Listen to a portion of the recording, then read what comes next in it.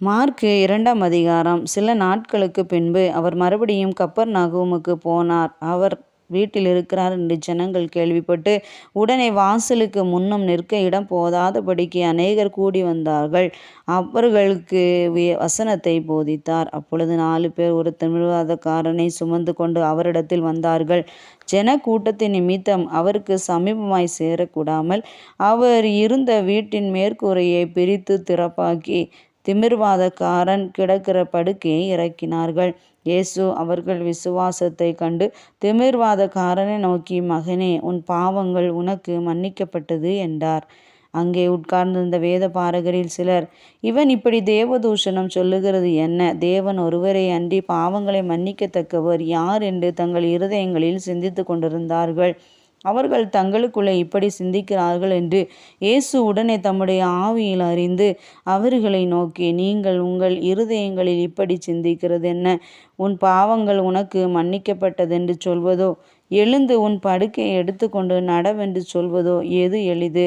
பூமியிலே பாவங்களை மன்னிக்க மனுஷகுமாரனுக்கு அதிகாரம் உண்டென்பதை நீங்கள் அறிய வேண்டும் என்று சொல்லி திமிர்வாதக்காரனை நோக்கி, நீ எழுந்து உன் படுக்கையை எடுத்துக்கொண்டு உன் வீட்டுக்கு போ என்று உனக்குச் சொல்லுகிறேன் என்றார். உடனே அவன் எழுந்து தன் படுக்கையை எடுத்துக்கொண்டு எல்லாருக்கும் முன்பாகவும் போனான். அப்பொழுது எல்லாரும் ஆச்சரியப்பட்டு, நாம் ஒரு காலம் இப்படி கண்டதில்லை என்று சொல்லி தேவனை மகிமைப்படுத்தினார்கள். அவர் மறுபடியும் புறப்பட்டு கடலருகே போனார். அப்பொழுது ஜனங்கள் எல்லாரும் அவரிடத்தில் வந்தார்கள். அவர்களுக்கு போதகம் பண்ணினார்.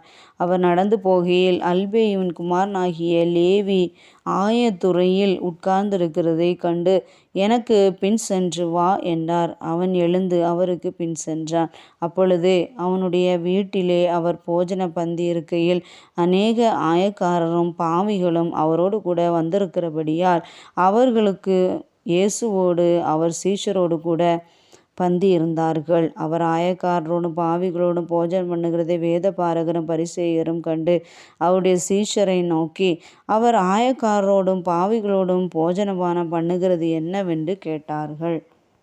இயேசு அதை கேட்டு, பிணியாளிகளுக்கு வைத்தியன் வேண்டியதை அல்லாமல் சுகமுள்ளவர்களுக்கு வேண்டியதில்லை, நீதிமான்களை அல்ல, பாவிகளையே மனந்திரும்புகிறதற்கு அழைக்க வந்தேன் என்றார். யோவானுடைய சீஷரும் பரிசேயருடைய சீஷரும் உபவாசம் பண்ணி வந்தார்கள். அவர்கள் அவரிடத்தில் வந்து, யோவானுடைய சீஷரும் பரிசேயருடைய சீஷரும் உபவாசிக்கிறார்களே, உம்முடைய சீஷர்கள் உபவாசியாமல் இருக்கிறது என்னவென்று கேட்டார்கள். அதற்கு இயேசு, மணவாளன் தங்களோடு இருக்கையில் மணவாளனுடைய தோழர் உபவாசிப்பார்களா?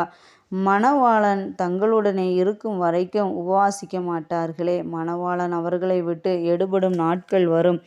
அந்த நாட்களிலே உபவாசிப்பார்கள். ஒருவனும் கோடி துண்டை பழைய வஸ்திரத்தோடே இணைக்க மாட்டான். இணைத்தால் அதனோடே இணைத்த புதிய துண்டும் பழையதை அதிகமாய் கிழிக்கும், பீறலும் அதிகமாகும். ஒருவனும் புது திராட்சரசத்தை பழத்துருத்திகளில் வார்த்து வைக்க மாட்டான். வார்த்து வைத்தால் புது ரசம் துருத்திகளை கிழித்து போடும், ரசமும் சிந்திப்போம், துருத்திகளும் கெட்டுப்போம். புது ரசத்தை புது துருத்தியிலும் வார்த்து வைக்க வேண்டும் என்றார். பின்பு அவர் ஓய்வு நாளில் பயிர் வழியே போனார். அவருடைய சீஷர்கள் கூட நடந்து போகையில் கதிர்களை கொய்யத் தொடங்கினார்கள். பரிசேயர் அவரை நோக்கி, இதோ ஓய்வு நாளில் செய்யத்தகாததை இவர்கள் ஏன் செய்கிறார்கள் என்றார்கள். அதற்கு அவர், தாவீதுக்கு உண்டான ஆபத்தில் தானும் தன்னோடிருந்தவர்களும் பசியாயிருந்தபோது அவர் அபியத்தார் என்னும் பிரதான ஆசாரியன் காலத்தில் செய்ததை நீங்கள் ஒரு காலம் வாசிக்கவில்லையா? அவன் தேவனுடைய வீட்டில் பிரவேசித்து ஆசாரியர் தவிர வேறொருவரும் புசிக்கத்தகாத தெய்வ சமூகத்து அப்பங்களை தானும் புசித்து தன்னோடு இருந்தவர்களுக்கும் கொடுத்தானே என்றார்.